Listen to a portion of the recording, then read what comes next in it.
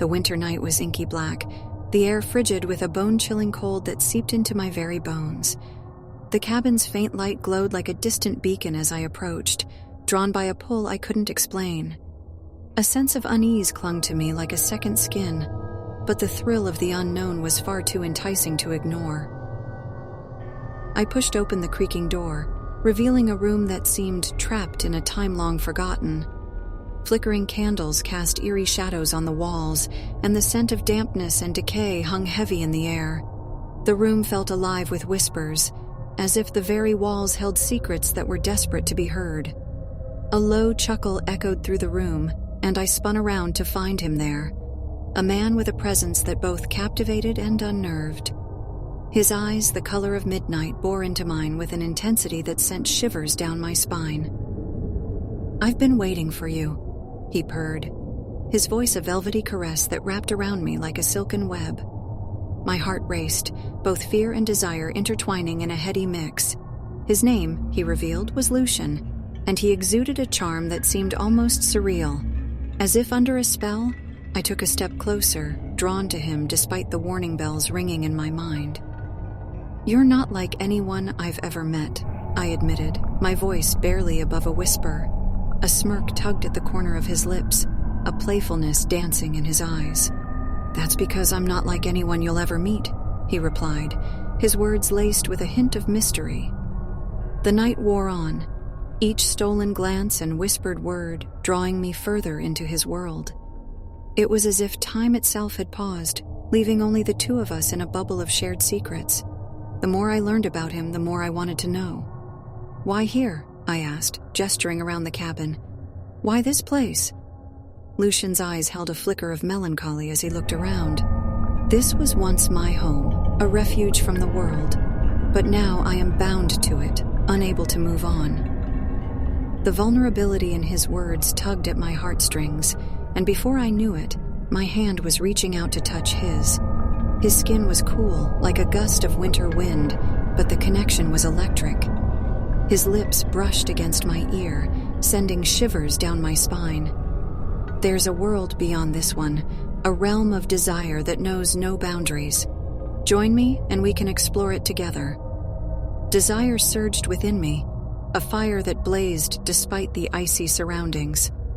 The room seemed to pulse with a newfound energy, and I found myself drawn into his embrace. The touch of his lips against mine sent a jolt of electricity through me, and I surrendered to the intoxicating rhythm of our shared yearning.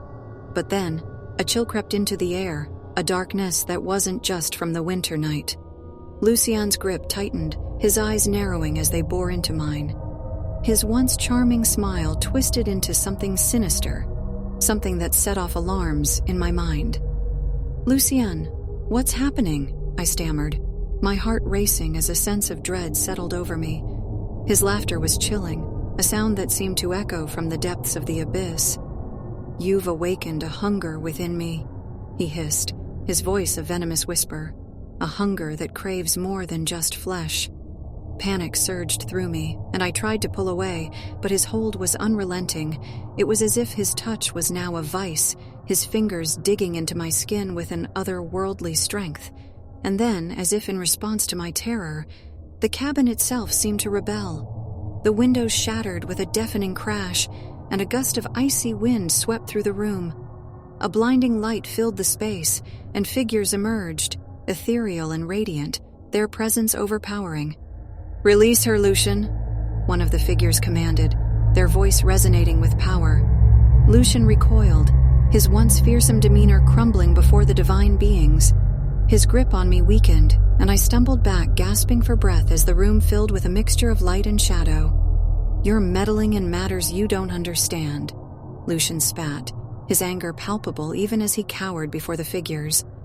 The divine beings turned their gaze toward me, their eyes filled with compassion. "You were on the brink of falling into darkness," one of them spoke, their voice gentle yet solemn. "But you are not meant to be consumed by it." They revealed Lucian's true nature, a cannibal who had taken lives to gain power, forever tainting his soul. He had lured me to the cabin to feed on my essence, hoping to satiate his insatiable appetite. The beings, the guardians, banished him from the cabin, his anguished cries fading into the night.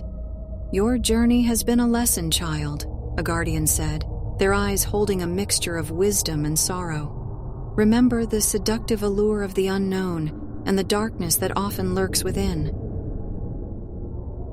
As they disappeared into the light, I was left alone in the now silent cabin, the truth of my encounter settling over me. Lucien had been a ghost, a malevolent spirit whose desires were far from romantic. The winter night had been a backdrop to a dance of danger, a flirtation that nearly cost me my very soul. And as I left the cabin, I couldn't shake the feeling that the encounter had been a reminder that not all desires are worth indulging, and the unknown can sometimes lead us down a path from which there is no return. Subscribe for more haunted stories.